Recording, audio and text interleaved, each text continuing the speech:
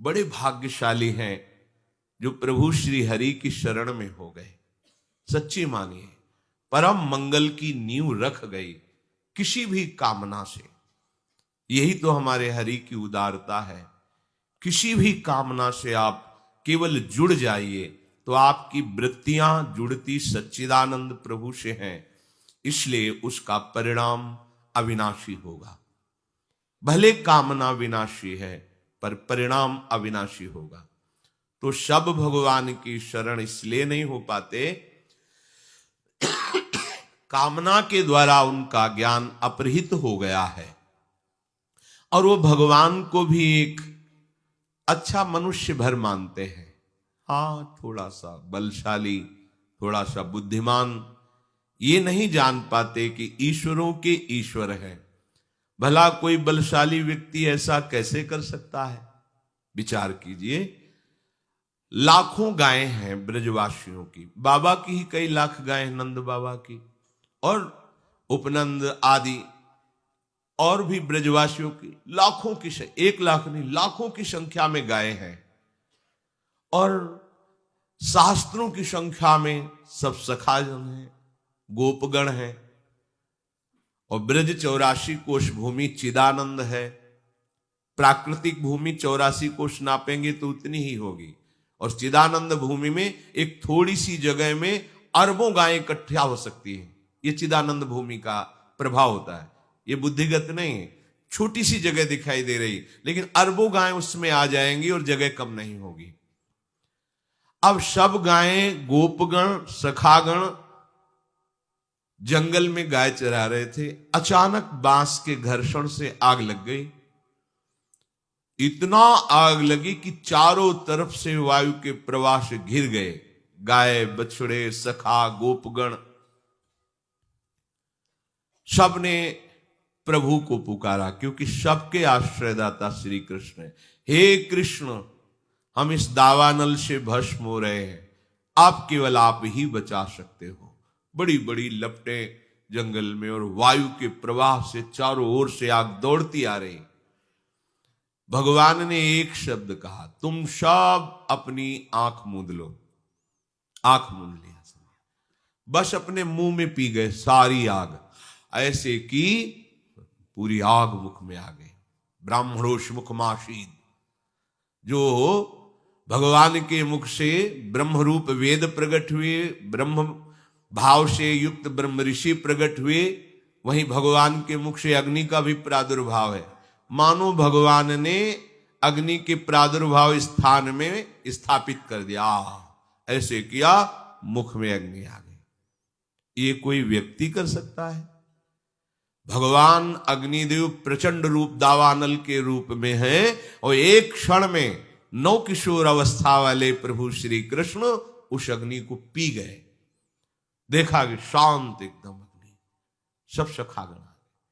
एक बार ऐसे और मुंजाटवी में आग लग गई, मूंज के वन में। सबने पुकारा, भगवान ने कहा आंख मूंद लो, घबराओ मत।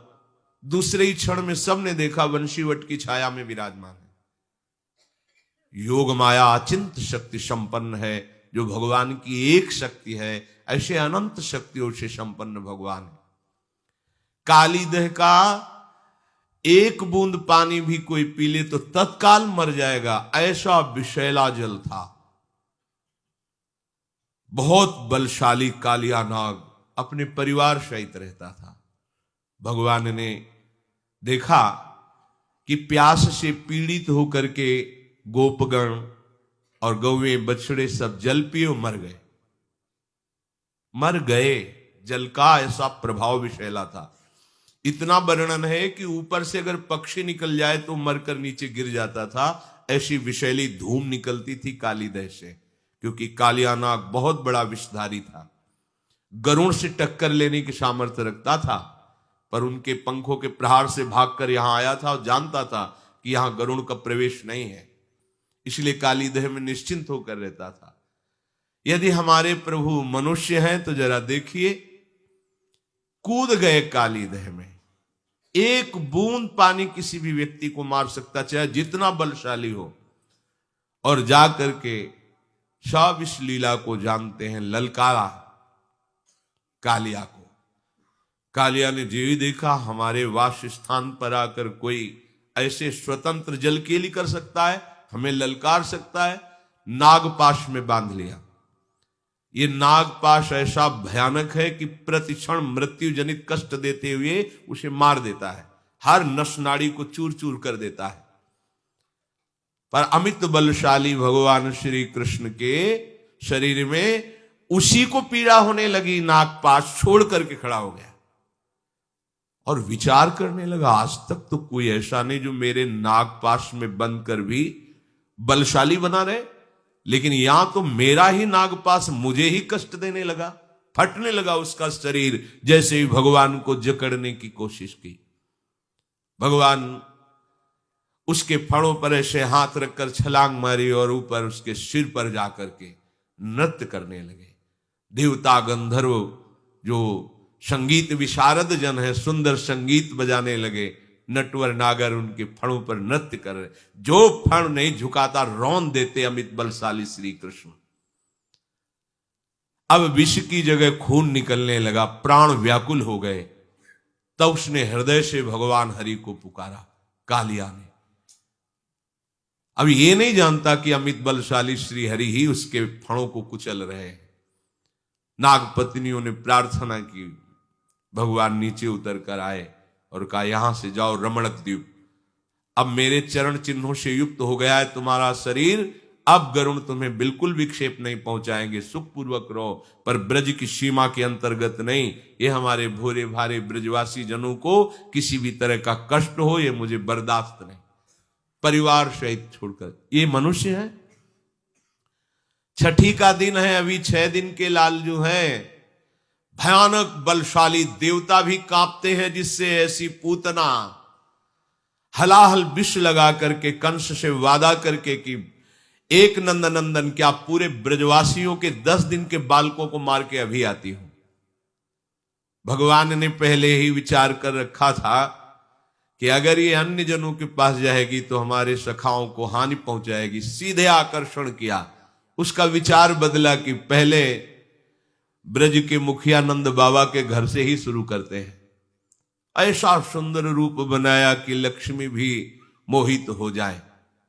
यशोदा मैया रोहिणी जी ने देखा कि लगता है साक्षात सौंदर्य समुद्र लक्ष्मी जी आ रही हैं, क्योंकि हमारे घर लालजू पधारे हैं, तो बड़ी कृपा हुई, ये आशीर्वाद। कोई कुछ उसको टोका नहीं, इतना सुंदर रूप बनाया। और सीधे इशारे से पूछा, कहां है लालजू? इशारा कर दिया। लालजू ने आंख मूंद ली। आज छठी का दिन है और हमें जहर पिलाने आ रही है। आंख मूंद ली प्रभु ने कि हमारी दृष्टि पड़ने पर कोई कुभाव वाला रह जाए, ऐसा तो नहीं। इसलिए दृष्टि को रोक लिया कि तू अपने भाव पूर्ण कर ले। आइए, प्रभु को गोद में उठाया और अपने भयानक हलाहल विष लगे हुए स्तनों को प्रभु के मुख में दे दिया। करुणा समुद्र है प्रभु, देखो आई है मारने। प्रभु के छोटे छोटे श्री चरण उसके वक्षा स्थल पे हैं, कर कमल से उसका वक्षोज पकड़े हुए हैं और मुख से दुग्ध पान कर रहे हैं। थोड़ी ही देर में आवेश में आए प्रभु और दुग्ध के साथ प्राण पीने लगे।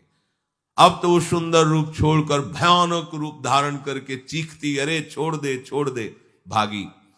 6 कोस के वृक्षों को तोड़ती हुई भयानक पूतना मृत्यु को प्राप्त हुई। भगवान ने उसकी जीवात्मा को अपने धाम भेजा। ये मनुष्य है प्रभु? जो लोग इनको समझते हैं कि ये तो कृष्ण मनुष्य है, ये मनुष्य है। जिस समय देवराज इंद्र ने देखा अपनी पूजा को भंग ब्रजवासियों ने कर दिया, एक कृष्ण के कहने पर, और एक पहाड़ की पूजा कराई गिरिराज जी की। अब मैं इनको दंड दूंगा ब्रजवासियों को। ये पता होना चाहिए कि जो भगवद आश्रित है उसे केवल भगवान ही दंड विधान कर सकते हैं। अगर दूसरा कोई दंड विधान की सोचे तो वो दंड का अधिकारी हो जाता है। भगवत दास को केवल भगवान ही सुधारने के लिए ऐसा विधान रच सकते हैं। त्रिभुवन में किसी की ताकत नहीं कि जो हरि आश्रित हो उसके ऊपर अपना दंड विधान लागू कर दे। कोई भी हो। यमराज थर थर कांपते हैं, अपने दूतों से कहा है, जिनके गले में कंठी हो, मस्तक पर तिलक हो, मुख में कृष्ण नाम हो, भूल कर मत जाना, नहीं हमको दंड मिलेगा, क्योंकि ईश्वरों के ईश्वर भगवान श्री हरि है। ठाकुर जी के चरणारविंद का थोड़ा भी आश्रय हृदय में रख ले, थोड़ा भी आश्रय, सारी की सारी भयवृत्तियां, सारी की सारी चिंता नष्ट हो जाती है। हम लोग समझ ही नहीं पा रहे, श्री कृष्ण को एक साधारण मनुष्य समझ रहे हैं। देवराज इंद्र ने आदेश कर दिया, प्रलयकालीन मेघों को वर्षा के द्वारा पूरे ब्रज का नाश कर दो, मूसलाधार वर्षा। सब ब्रजवासी जन, हे कृष्ण अब तो आप ही रक्षा कर सकते हो। 21 किलोमीटर के गिरिराज महाराज खेल खेल में ऐसे उठा लिया, ऐसे 7 दिन 7 रात्रि तक ऐसे संपूर्ण ब्रजवासियों को सुखपूर्वक अपने दर्शन से ऐसा अमृत बरसा रहे थे। न किसी को भूख लगी, न किसी को प्यास लगा, न किसी को किसी भी तरह की अन्य क्रियाएं करने की सोच, लघु शंख, किसी को कुछ, सब मंत्र मुग्ध श्री कृष्ण रूप में खोए हुए हैं, मानो सब समाधि भाव को प्राप्त है। और आश्चर्य, चारों तरफ श्री कृष्ण को सब ब्रजवासी जन घेरे हुए हैं और सबके सन्मुख प्रभु हैं। अगर चारों तरफ कोई, तो एक दिशा में ही तो प्रभु का मुख होगा, पर ऐसा नहीं, संपूर्ण ब्रजवासियों को श्री कृष्ण अपने सामने दिखाई दे रहे हैं, उनकी रूप माधुरी का पान करते हुए 7 दिन तक न किसी को भूख, न प्यास, न निद्रा, न कोई अन्य क्रिया की आवेग, सब रूप माधुरी में डूबे हुए। ऊपर से वर्षा, एक बूंद पानी गिरिराज जी के नीचे नहीं गया। हार गया देवराज इंद्र आकर चरणों में। ये मनुष्य है श्री कृष्ण, विचार करो। बड़े बड़े ऋषि मुनियों ने तपस्या करके भगवान को अपने प्रीतम रूप में चाहा, वेद की ऋचाएं प्रीतम रूप से भजी, वही आके गोपियां बनी और उन्हीं गोपियों को गलवैया देकर प्रभु बन विहार रास विहार।